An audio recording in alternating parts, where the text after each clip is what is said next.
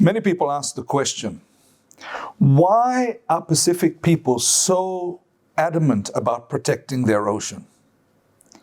The answer is very simple. When you look on the map, if you see the Pacific, it looks like a big blue empty space with maybe a few dots joined in. When you zoom into the Pacific, you see this: the deep sea, alive, full of life. It is our home. That empty space is not what separates our Pacific Islands. It is what connects our Pacific Islands.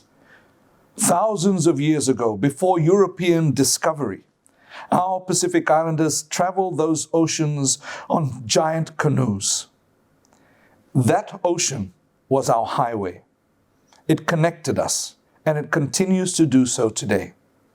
But beyond that, below the sea, this life that we see is part of our understanding of ourselves. Because Pacific Islanders have a deep spiritual connection, not only with land, but with the sea. They're a part of us, and we are a part of them.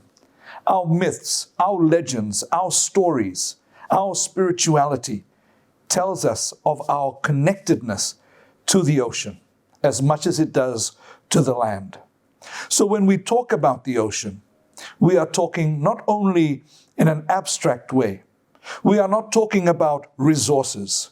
We are talking about ourselves. In the words of one of our Pacific philosophers, we sweat and we cry salt water. And so we know that the ocean is inside us. We are the ocean. And so we will do whatever it takes to protect our home, our ocean home.